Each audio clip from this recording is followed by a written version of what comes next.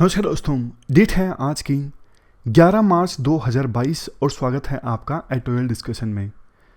देखो, कल रिजल्ट आया 5 राज्यों के विधानसभा चुनावों का। तो आज सभी न्यूज़पेपर में सारे के सारे जो आर्टिकल्स हैं ना, वो डिस्कस करने लायक नहीं है, नतीजों से संबंधित हैं। 4 राज्यों में बीजेपी की सरकार बन रही है, क्यों बन रही है, क्या रीजंस हैं। पंजाब में आम आदमी पार्टी की इतनी बड़ी वेव आई, क्या रीजंस हैं, कितनी सीट्स आई, कितना वोट परसेंटेज। यूपीएससी उस टाइप के क्वेश्चंस नहीं पूछती है, तो हमारे एग्ज़ाम सिलेबस से रिलेट नहीं होते हैं चुनाव के ये नतीजे। लेकिन कंटिन्यूटी हमारी मेंटेन रहे, इसलिए एक आर्टिकल बड़ी मुश्किल से मैंने ढूंढा स्पोर्ट्स कल्चर से संबंधित।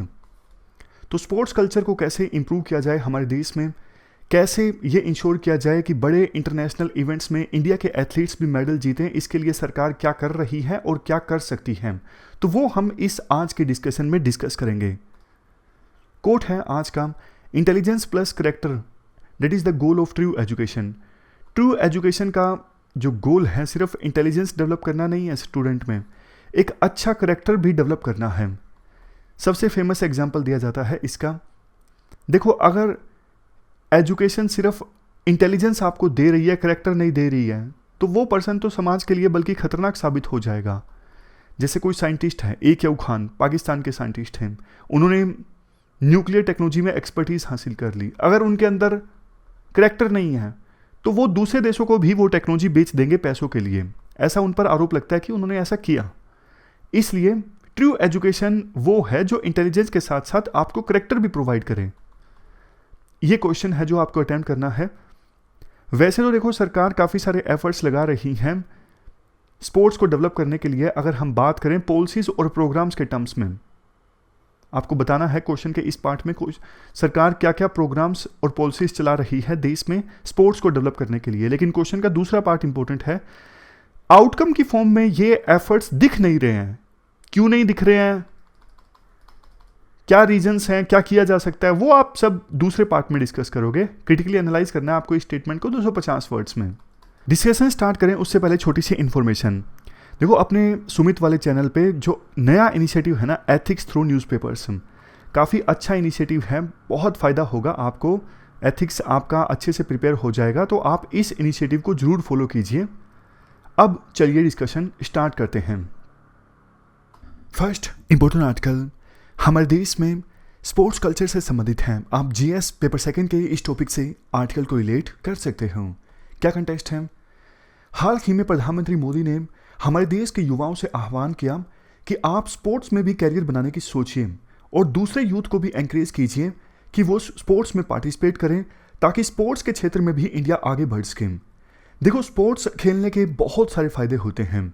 स्पोर्ट्स जहाँ एक तरफ शरीर का विकास करता है, यूथ की एनर्जी को सही तरीके से टैप करता है, देश में यूनिटी प्रमोट करता है, फ्रेटर्निटी प्रमोट करता है, बहुत सारे फायदे होते हैं स्पोर्ट्स के।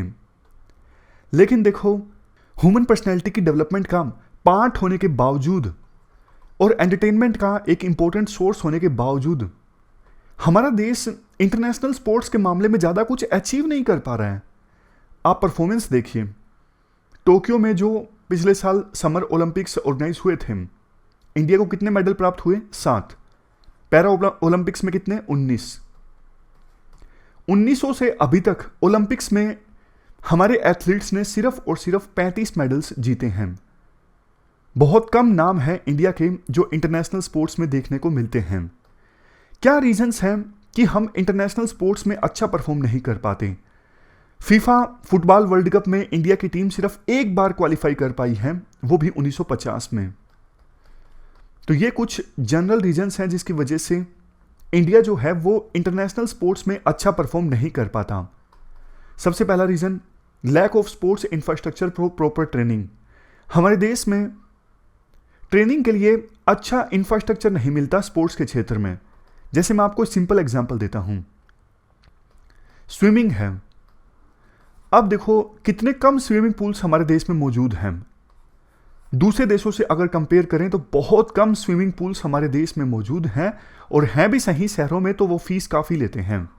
तो जब देश के युवा स्विमिंग पूल्स को एक्सेस ही नहीं कर पाएंगे, कैसे तो वो स्विमिंग में पार्टिसिपेट करेंगे और इंटरनेशनल लेवल पर बड़ा मुकाम हासिल करेंगे। इसके बाद नेक्स्ट है lack of funds and good equipments. सरकार स्पोर्ट्स के लिए ज़्यादा फंड एलोकेट करती नहीं और अच्छे इक्विपमेंट्स का भी अभाव रहता है। जैसे देखो शूटिंग का कंपटीशन है, जो गन्स आती हैं काफ़ी महंगी आती हैं, प्रैक्टिस करना भी महंगा पड़ता है, तो अच्छी गन्स देश में मौजूद नहीं रहती, सरकार प्रैक्टिस के लिए ज़्यादा पैसा एलोकेट नहीं करती। इसके बाद नेक्स्ट है poor sports system to develop sports skills, यानी कोचिंग फैसिलिटीज़ का अभाव। बहुत बार आपने देखा होगा रेसलर या फिर इवन आप नीरज चोपड़ा को देखिए जो जेवलिन फेंकते हैं, इन सब के जो कोच हैं ना वो फॉरेनर हैं। क्यों?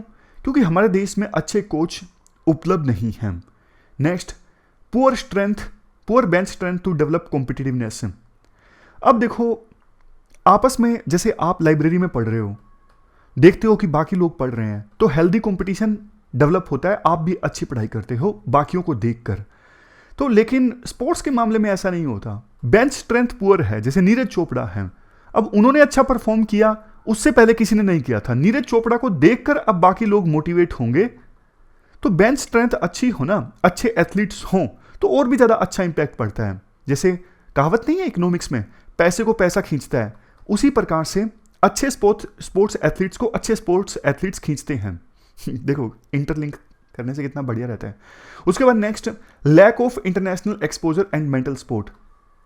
इंटरनेशनल एक्सपोजर नहीं मिल पाता, मतलब बहुत कम भारत के एथलीट्स को बाहर भेजा जाता है सरकार के द्वारा ट्रेनिंग हासिल करने के लिए या फिर फॉरेन के टूर्नामेंट्स में पार्टिसिपेट करने के लिए। बड़े बड़े टूर्नामेंट में तो देखो भेज दिया जाता है, जहाँ पे सरकार की प्रतिष्ठा बढ़ती है कि हाँ कॉमनवेल्थ गेम्स में इतने मेडल जीते, ओलंपिक में इतने मेडल जीते, लेकिन वो तो बड़े टूर्नामेंट्स हैं ना, छोटे छोटे टूर्नामेंट्स में भी आपको भेजना चाहिए ताकि हमारे जो एथलीट्स हैं ना वो पहले से तैयार हो उसके बड़े टूर्नामेंट्स के लिए। सरकार के द्वारा क्या स्टेप लिए गए हैं? इंटरनेशनल मंच पर स्पोर्ट्स के क्षेत्र में इंडिया का नाम रोशन करने के लिए नेशनल स्पोर्ट्स पॉलिसी सरकार लेकर आई। इसके बाद स्पोर्ट्स अथॉरिटी ऑफ इंडिया को सेटअप किया गया। ये एक ऑटोनोमस ऑर्गेनाइजेशन है जो एथलीट्स की ट्रेनिंग को फैसिलिटेट करती है और शुरुआती एज में ही यंग टैलेंट को आइडेंटिफाई और डेवलप करती है। जैसे एग्जाम्पल के तौर पर स्पेशल एरिया गेम स्कीम, ये जो स्कीम है ना, ये स्कीम ट्राइबल, बैकवर्ड या फिर हिली एरियाज के जो बच्चे हैं ना उनके यंग एज में ही स्पोर्टिंग टैलेंट को आइडेंटिफाई करती है और बाद में उनको डेवलप किया जाता है। इसके बाद स्पोर्ट एंड प्रमोशन स्कीम। देखो ministry of youth affair and sports ने ना काफ़ी सारी सेंट्रल सेक्टर स्कीम्स लॉन्च की हैं हमारे देश में स्पोर्ट्स को सपोर्ट करने के लिए। जैसे एक है target Olympic podium scheme, selected set of athletes को स्पोर्ट प्रोवाइड की जाती है इस स्कीम के अंतर्गत। जैसे देखो वो एथलीट्स जिनके मेडल जीतने की संभावना ज़्यादा है, मतलब वो पोटेंशियल विनर्स हैं, तो उनको ज़्यादा अच्छे से फैसिलिटी प्रोवाइड की जाती है। जैसे फॉरेन कंट्रीज़ में ट्रेनिंग, अच्छे उनको इक्विपमेंट्स प्रोवाइड किए जाते हैं। वो जो 80-20 वाली चीज़ आप नहीं करते, जैसे कि 20% सिलेबस में 80% क्वेश्चंस पूछे जाते हैं, तो मैं 20% सिलेबस को आइडेंटिफाई कर लूँ ताकि मेरे ज़्यादा से ज़्यादा क्वेश्चंस ठीक हो जाएं। जब टाइम कम हो तो आप इस प्रकार की स्ट्रेटजी फॉलो करते हो, तो उसी प्रकार की स्ट्रेटजी सरकार भी फॉलो करती है कि ऐसे एथलीट्स की पहचान कर लो जो मेडल जीत सकते हैं, संभावना है, उनको ज़्यादा फैसिलिटीज़ दो, उनको ज़्यादा अच्छी ट्रेनिंग दो एज कंपेरिजन टू बाकी एथलीट्स जिनकी जीतने की संभावना नहीं है। नेक्स्ट खेलो इंडिया। ये देखो national programme for development of sports हैं। मकसद ये है खेलो इंडिया का हमारे देश में स्पोर्टिंग कल्चर को इन्फ्यूज़ किया जाए, मतलब युवाओं को एनकरेज किया जाए कि वो स्पोर्ट्स खेलें, स्पोर्ट्स में आगे बढ़ें। डिजिटल इनिशिएटिव्स की बात करें, national sports repository system develop किया गया है। ये एक डिजिटल प्लेटफॉर्म है जहां पर जाकर एथलीट्स, कोच वो सब ऑनलाइन रजिस्टर करवा सकते हैं अपने आप को। Next sports education development. देखो फिजिकल एजुकेशन और स्पोर्ट्स साइंस इन क्षेत्रों में हायर एजुकेशन के लिए इंस्टीट्यूशंस इस्टेब्लिश किए गए हैं, जैसे Lakshmibai national institute of physical education.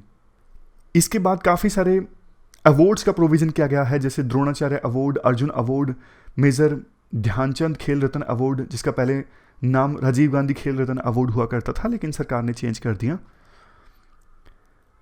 अब फिर से एक बार फाउंडेशनल इश्यूज क्या हैं वो देख लीजिए। हमारे देश में स्पोर्ट्स के क्षेत्र में पुअर हेल्थ, माल न्यूट्रिशन की समस्या देखो हमारे देश में एक बड़ी समस्या है। अब एक बात बताइए यार, जो बच्चे बेचारे शुरुआती एज में ही माल न्यूट्रिशन का शिकार हो जाते हैं, उनका शरीर अच्छे से डेवलप नहीं हो पाता, क्या तो वो बच्चे आगे जाके स्पोर्ट्स में अपना करियर बनाएंगे?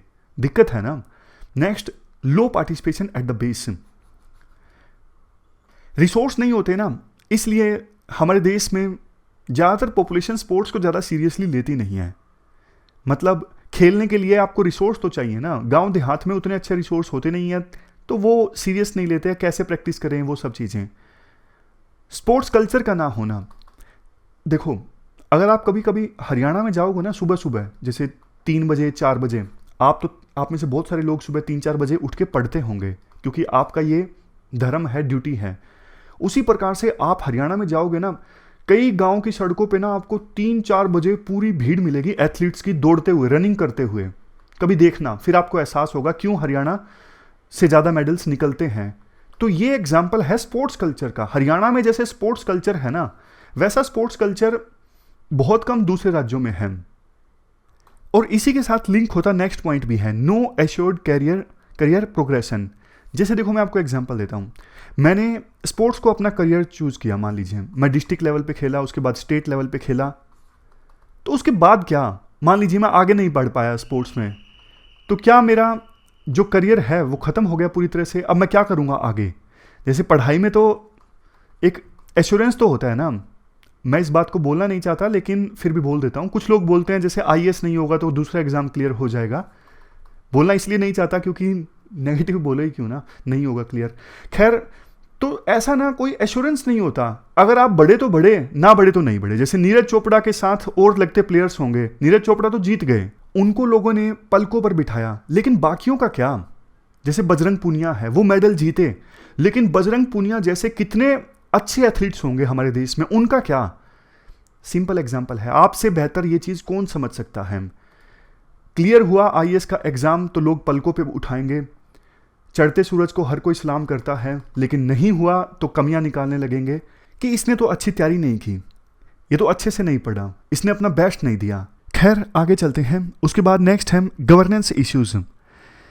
देखो जैसे ये जो स्पोर्ट्स फेडरेशन है ना, टेनिस फेडरेशन, बैडमिंटन फेडरेशन, इन फेडरेशंस की डे टू डे फंक्शनिंग में ना पॉलिटिशियन काफ़ी इंटरफेयर करते हैं कि इस प्लेयर को ले लो, इस प्लेयर को निकाल दो। माल एडमिनिस्ट्रेशन काफ़ी ज़्यादा होता है, corruption, nepotism, discrimination in sports selection, तो इस वजह से भी अच्छे एथलीट्स आगे नहीं जा पाते। इसके बाद नेक्स्ट है लैक ऑफ रिकॉग्निशन। देखो कुछ स्पोर्ट्स तो ऐसे हैं जिनको बहुत ज़्यादा रिकॉग्निशन मिलता है, जैसे क्रिकेट है, बाकी बहुत सारे स्पोर्ट्स ऐसे हैं जिनमें प्लेयर्स को ज़्यादा पहचान नहीं मिलती है। इसके बाद next lack of technology and sports system. दूसरे देशों के अगर साथ हम कंपेयर करें तो इंडिया के जो एथलीट्स हैं ना, वो पुरानी टेक्नोलॉजी के इश्यूज फेस करते हैं, lack of coaching, limited medical facilities, तो ये सब इश्यूज हैं। वे फॉरवर्ड की बात करें, जो इश्यूज हैं उनको एड्रेस कर दो, वे फॉरवर्ड अपने आप हो जाएगा। जैसे वर्ल्ड क्लास इंफ्रास्ट्रक्चर डेवलप करो, बड़े बड़े जो अभी टूर्नामेंट्स ऑर्गेनाइज होने लगे हैं, जैसे आईपीएल है, क्रिकेट में है, कबड्डी लीग भी ऑर्गेनाइज होने लगा है, उसी प्रकार से अलग अलग स्पोर्ट्स में भी इस प्रकार के जो कॉमर्शियल टूर्नामेंट्स हैं ना, वो ऑर्गेनाइज होने चाहिए ताकि अच्छे एथलीट्स निकल के आएँ और बाद में वही एथलीट्स जब इंटरनेशनल लेवल पर खेलेंगे तो इंडिया को पहचान मिलेगी। स्कूल कॉलेजेस में डेडिकेटेड स्टाफ हो, स्पोर्ट्स कोचिंग के लिए इंफ्रास्ट्रक्चर हो, स्पेशल कॉम्पिटिशन्स हो, और कुछ मार्क्स स्पोर्ट्स के लिए भी एलोकेट किए जा सकते हैं। गवर्नेंस रिफॉर्म आने चाहिए ताकि स्पोर्ट्स की फेडरेशंस में पॉलिटिशियंस की इंटरफेरेंस ना हो। साइंटिफिक नॉलेज का इस्तेमाल किया जाए शुरुआती एज में टैलेंट की पहचान करने के लिए। एक टर्म है किन एंथ्रोपोमेट्री। इसमें क्या होता है, ह्यूमन साइज से प्रपोर्शन, कंपोजिशन, मैच्योरेशन, इन सब की स्टडी की जाती है ताकि ग्रोथ, एक्सरसाइज, परफॉर्मेंस, न्यूट्रिशन, इन सब को समझा जा सके। तो साइंटिफिक नॉलेज का इस्तेमाल करना स्पोर्ट्स को प्रमोट करने के लिए। उसके बाद है प्राइवेट सेक्टर के साथ एंगेज करना, जैसे कबड्डी लीग, आईपीएल, ये सब होने लगे हैं। स्पोर्ट्स को डेवलप करना एक एश्योर्ड करियर प्रोग्रेशन के लिए, ताकि एथलीट्स अगर आगे नहीं भी बढ़ पाते हैं स्पोर्ट्स के क्षेत्र में, कम से कम उनको कुछ तो मिले ना जीवन में, ऐसे गैम्बल ना हो आर या पार। अगर आपने मेडल जीत लिया तो बस सब कुछ मिल गया, अगर नहीं जीता तो फिर रोटी खाने के लिए पैसे नहीं है, ऐसा नहीं होना चाहिए। Next, promotion of physical fitness.